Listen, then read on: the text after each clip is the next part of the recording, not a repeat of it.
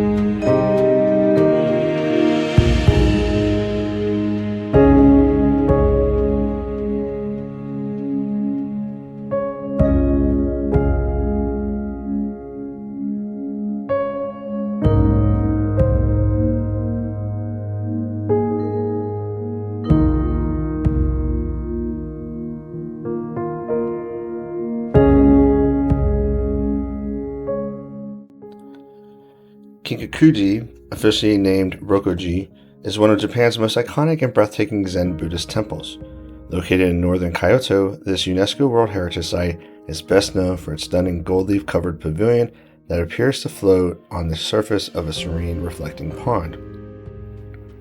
Originally built in 1397 as a retirement villa for the powerful shogun Ashikaga Yoshimitsu, the estate was converted into a Zen temple after his death in accordance with his wishes.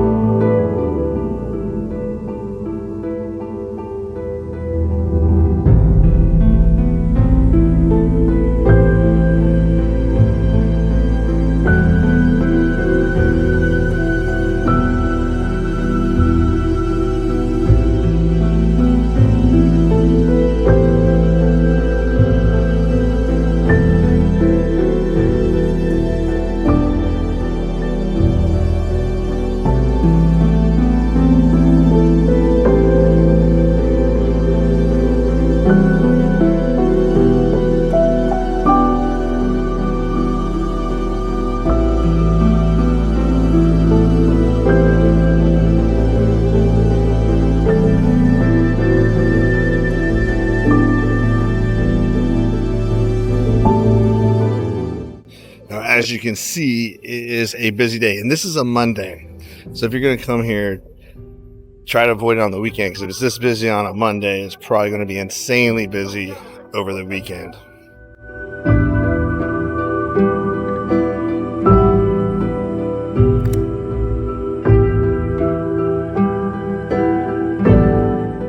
The current structure is a reconstruction from 1955, as the original pavilion was destroyed in a 1950 arson attack by a deranged monk. Despite this, the rebuild remains faithful to the original design and is one of the most visited cultural sites in Japan, symbolizing both the importance of beauty and the harmony between architecture and nature in Japanese aesthetics.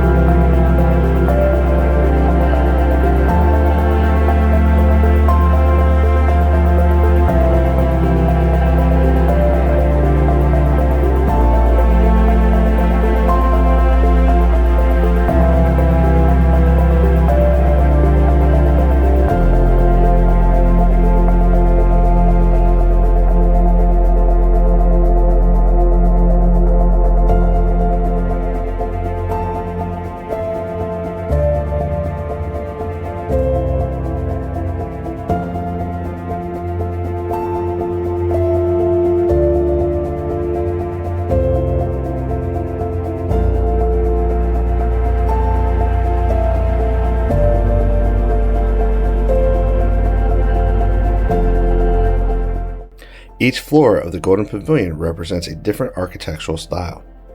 In the first floor, it's done in Shinden Zukuri style, or the palace style architecture. The second floor, Buki Zukuri style, or also known as samurai residence. And the third floor is done in a Zen Zukuri style, or Chinese influenced Zen temple architecture, topped with a golden phoenix statue.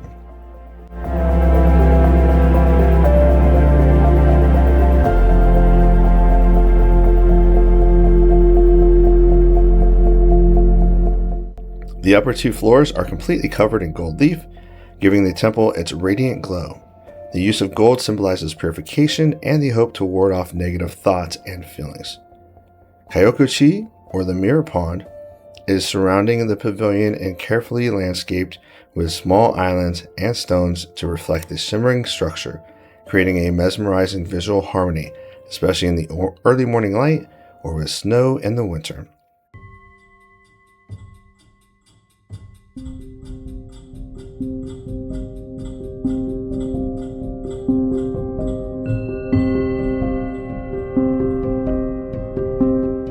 The surrounding gardens are masterpieces of Muromachi period landscape design, emphasizing natural beauty and asymmetry. Visitors can follow a walking path that offers different perspectives of the temple, small moss-covered shrines, tea houses, and carefully composed scenery.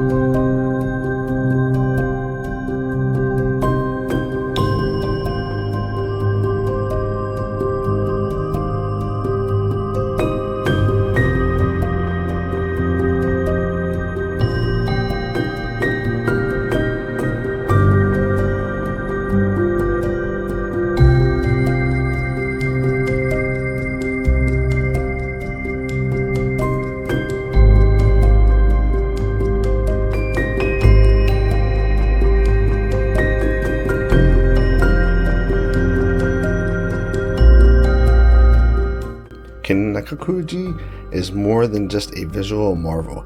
It embodies the Zen Buddhist principles of simplicity, transscience, and spiritual reflection. The fusion of man-made beauty and natural surroundings invites visitors to pause, reflect, and find serenity in the moment. So whether bathed in sunlight, dusted with snow, or mirrored in its peaceful pond, the Golden Pavilion is a timeless treasure of Kyoto, offering travelers a glimpse into Japan's cultural soul and spiritual elegance.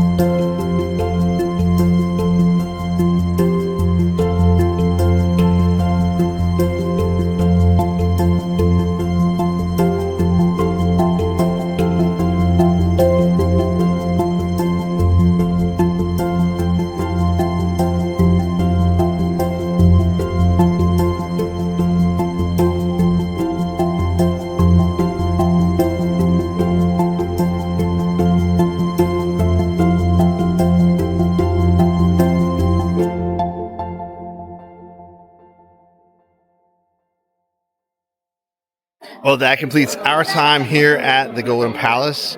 As you can see, it's so crowded. It's made it very difficult to even do any kind of filming. Hopefully I got enough for you. What did you think about the Golden Palace? Very beautiful. It's very beautiful. It's all gold leaf detailed on that palace. It's phenomenal. The tour guide was saying that Japan used to be called by Marco Polo the country of gold because at that time a third of the gold that was produced in the world came from Japan. Who knew? Until next time, I'll see you next trip. Please do me a favor, if you don't mind, hit that like button. It takes you a half a second. And if you hit that subscribe button, that means a lot to me. I really appreciate it. And if you have any questions, please put it in the comments because I reply to everybody. I'll see you next time.